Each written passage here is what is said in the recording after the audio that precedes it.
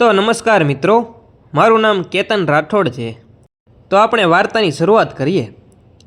આજના સમયમાં દરેક માતા પિતાની એક જ ઈચ્છા હોય છે કે તેમનું સંતાન ખૂબ જ ભણે, મોટું માણસ બને, ઘણા પૈસા કમાય અને સમાજમાં નામ મેળવે।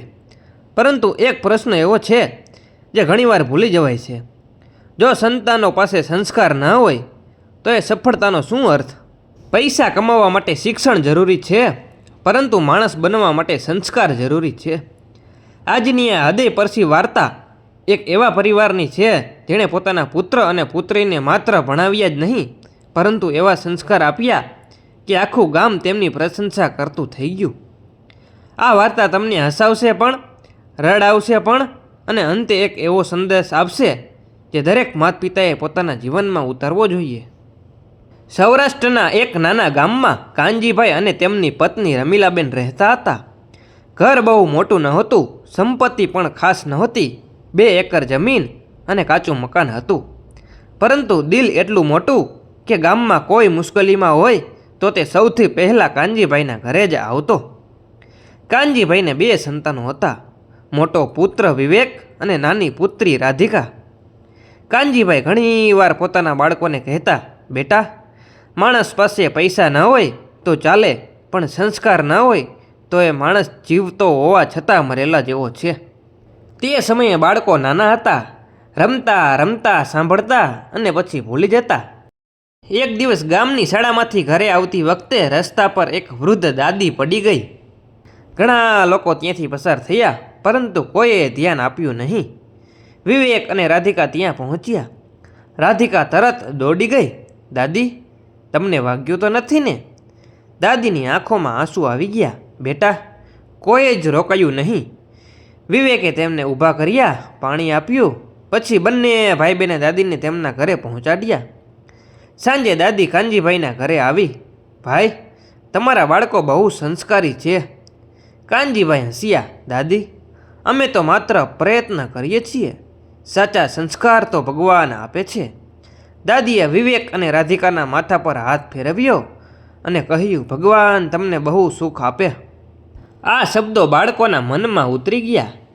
સમય પસાર થતો ગયો। એક દિવસ કાનજીભાઈ ખેતરમાં કામ કરતા હતા। બપોરનો સમય હતો, ભયંકર ગરમી હતી। એક મજૂર ખેતરની બાજુમાં બેભાન થઈ ગયો। કાનજીભાઈ તરત દોડી ગયા। તેમણે તેને પાણી પીવડાવ્યું અને પછી ઘરે લઈ ગયા અને જમાડ્યો। વિવેકે પૂછ્યું, બાપુજી, આપણે તો તેને ઓળખતા પણ નથી। કાનજીભાઈએ સરસ જવાબ આપ્યો, બેટા, મદદ કરવા માટે ઓળખાણની જરૂર નથી, દુઃખી માણસને મદદ કરવી એ જ સાચો ધર્મ છે। આ વાત વિવેકના દિલમાં કોતરાઈ ગઈ। વર્ષો વીતી ગયા।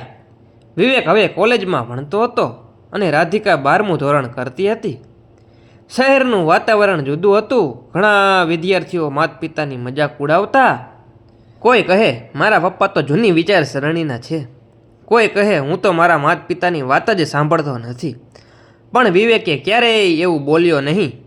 એક દિવસ તેના મિત્રએ પૂછ્યું, યાર, તું રોજ સવારે તારા પપ્પાને ફોન કેમ કરે છે? વિવેક હસ્યો, કારણ કે હું આજે જે કંઈ છું એ મારા માતા પિતાને કારણે જ છું। મિત્રો હસવા લાગ્યા, પરંતુ થોડા વર્ષો પછી એ જ મિત્રો સમજવાના હતા કે વિવેક સાચો હતો। બીજી તરફ રાધિકા પણ ખૂબ જ સંસ્કારી હતી। ગામમાં કોઈ વૃદ્ધ વ્યક્તિ એકલો હોય તો તે તેમની ખબર લેવા જતી। કોઈ ગરીબ બાળક પાસે પુસ્તકો ન હોય તો તે પોતાના પૈસામાંથી ખરીદી આપતી। ગામના લોકો કહેતા, આ દીકરી એક દિવસ પોતાના માતા પિતાનું નામ જિલ્લામાં રોશન કરશે। રમીલાબેન આ સાંભળીને ભગવાનનો આભાર માનતા। પરંતુ મિત્રો, જીવનમાં દરેક સાચા માણસની પરીક્ષા આવે જ છે। કાનજીભાઈના પરિવારની પણ એક એવી જ પરીક્ષા આવવાની હતી, જે તેમના સંસ્કારોની સાચી કસોટી બનવાની હતી। ગામમાં બધું શાંતિથી ચાલી રહ્યું હતું। કાનજીભાઈ અને રમીલાબેન પોતાના બાળકોને સંસ્કાર જોઈને ખૂબ ખુશ થતા। પરંતુ કહેવાય છે ને કે સોનાની સાચી કસોટી આગમાં જ થાય છે, તેવી જ રીતે સંતાનોને આપેલા સંસ્કારની કસોટી પણ મુશ્કેલીના સમયમાં જ થાય છે। એક દિવસ કાનજીભાઈ ખેતરમાં કામ કરતા હતા। અચાનક તેમને છાતીમાં જોરદાર દુખાવો પડ્યો। તેમની સાથે કામ કરતા મજૂરોએ તરત જ ગામમાં ખબર પહોંચાડી। રમીલાબેન દોડી આવ્યા। વિવેકને શહેરમાં ફોન કરવામાં આવ્યો. રાધિકા પણ રડતી રડતી હોસ્પિટલે પહોંચી. ડૉક્ટરે તપાસ કરીને કહ્યું, હાર્ટ એટેક આવ્યો છે. સારવાર તો થઈ જશે, પરંતુ હવે ભારે કામ નહીં કરી શકે. આ શબ્દો સાંભળીને આખો પરિવાર ચિંતામાં પડી ગયો. જમીનમાંથી થતી આવક જ ઘરની મુખ્ય કમાણી હતી. હવે કાનજીભાઈ કામ કરી શકે તેમ નહોતા. ઘરે આવીને કાનજીભાઈ ખાટલા પર બેઠા હતા. તેમની આંખોમાં આંસુ હતા. રમીલા, હવે ઘરની જવાબદારી કેવી રીતે ચાલશે? રમીલાબેને હિંમત આપી. ભગવાન છે ને, અને આપણા સંતાનો છે ને, ચિંતા ના કરો. બીજે જ દિવસે વિવેકે મોટો નિર્ણય લીધો. તેના કોલેજના અંતિમ વર્ષનું ભણતર બાકી હતું. મિત્રોએ કહ્યું, અભ્યાસ છોડતો નહીં, પહેલાં પોતાની કારકિર્દી બનાવ. પણ વિવેકે જવાબ આપ્યો, મારા બાપુજી આખી જિંદગી મારા માટે મહેનત કરતા રહ્યા. આજે તેમની મારી જરૂર છે. કારકિર્દી પછી પણ બની જશે, પરંતુ મારા માતા પિતાની સેવા કરવાની તક વારંવાર નથી મળતી. આ સાંભળીને ઘણા લોકો આશ્ચર્યમાં પડી ગયા. વિવેક ગામમાં પાછો આવી ગયો. સવારે ખેતર સંભાળતો અને રાત્રે અભ્યાસ કરતો. રાધિકા પણ બાજુમાં ઊભી રહી. તે ગામના બાળકોને ટ્યુશન કરાવવા લાગી, જેથી ઘરના ખર્ચામાં મદદ થઈ શકે. એક સાંજે રમીલાબેન રસોડામાં બેઠા બેઠા રડી રહ્યા હતા. રાધિકાએ પૂછ્યું, માં, શું થયું? રમીલાબેન બોલ્યા, બેટા, અમને ડર હતો કે મુશ્કેલી આવશે તો કદાચ તમે બંને બોજ સમજી લેશો અમને, પરંતુ આજે લાગે છે કે ભગવાને અમને હીરા જેવા સંતાનો આપ્યા છે. આ સાંભળીને રાધિકાની આંખો પણ ભીની થઈ ગઈ. સમય ધીમે ધીમે પસાર થવા લાગ્યો. વિવેક દિવસ રાત મહેનત કરતો. એક દિવસ ગામમાં એક ધનિક વેપારીએ તેને કહ્યું, મારી કંપનીમાં નોકરી કર, સારું પગાર મળશે. વિવેક ખુશ થઈ ગયો. બીજા જ અઠવાડિયે તેને નોકરી મળી ગઈ. હવે ઘરની સ્થિતિ સુધરવા લાગી, પરંતુ નવી મુશ્કેલી હજી બાકી હતી. કંપનીમાં એક મેનેજર હતો. તે ખૂબ જ લાલચુ અને બેઈમાન હતો.